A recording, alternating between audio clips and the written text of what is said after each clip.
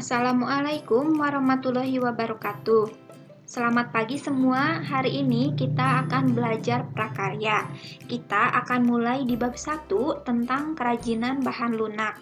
Nah, kita bahas poin A dulu mengenai prinsip kerajinan bahan lunak.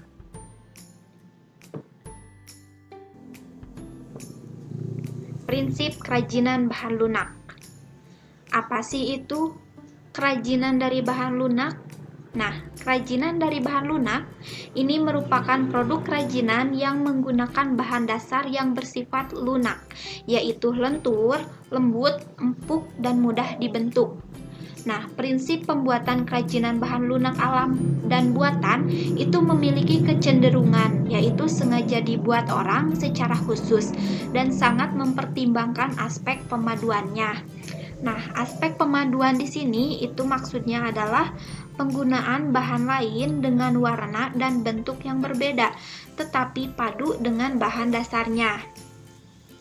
Nah, ada beberapa beragam benda kerajinan dari bahan lunak, baik dari bahan lunak alam maupun bahan lunak buatan.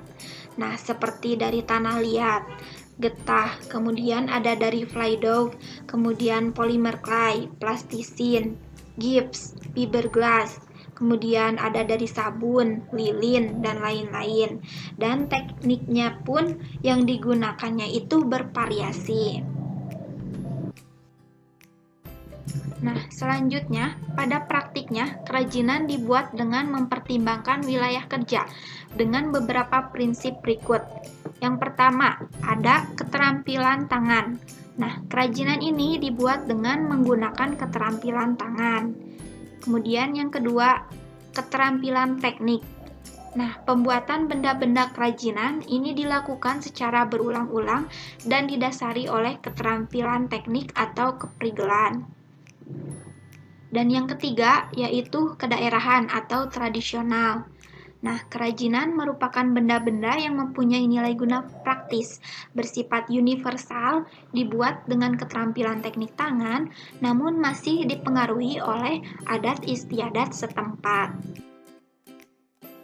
Nah, secara umum, jenis karya ini dapat dipilah menurut manfaatnya, yaitu sebagai berikut. Yang pertama, sebagai kelengkapan busana. Nah, berikut gambarnya. Nah, dibuat dengan mempertimbangkan produk tersebut. Dapat mempercantik diri dalam menggunakan busananya. Contohnya, produk-produk aksesoris seperti gelang, kalung, bros, dan cincin. Kemudian yang kedua, untuk kelengkapan suatu benda. Nah, ini berikut gambarnya. Nah, kerajinan bahan lunak yang difungsikan sebagai kelengkapan suatu benda, contohnya seperti kotak tisu di samping ini, yang dilengkapi dengan hiasan keramik pada bagian muka. Nah, yang ketiga, sebagai kelengkapan rumah atau bangunan. Nah, ini salah satu gambar contohnya. Produk kerajinan dapat dijadikan manfaat sebagai pelengkap rumah atau bangunan tertentu. Contohnya, air mancur di samping ini berbentuk kodok di taman rumah, yang disimpan di taman rumah. Nah, yang keempat, sebagai kelengkapan keperluan ritual atau upacara adat. Nah, ini adalah salah satu gambarnya mengenai kerajinan lilin sebagai kelengkapan ritual atau upacara adat.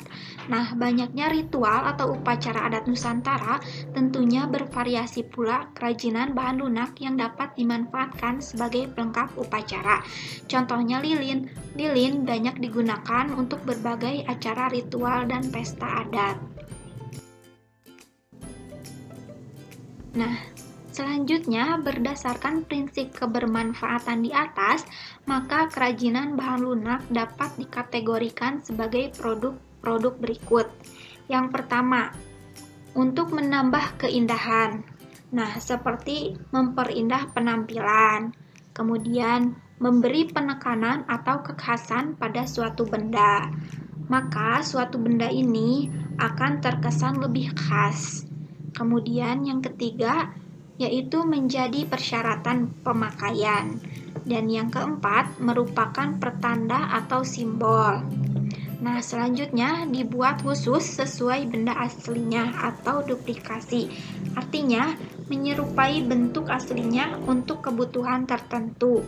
Dan yang keenam, sebagai bagian dari karya seni. Artinya, mencerminkan ekspresi keragaman budaya Indonesia. Nah, selanjutnya tugas. Di sini ada gambar 1, gambar 2, gambar 3, dan gambar 4. Nah, coba amatilah gambar di samping ini. Kemudian teliti dengan seksama.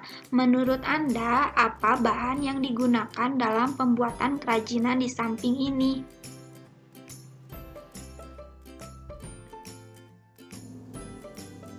Oke, sampai di sini dulu materi kita hari ini.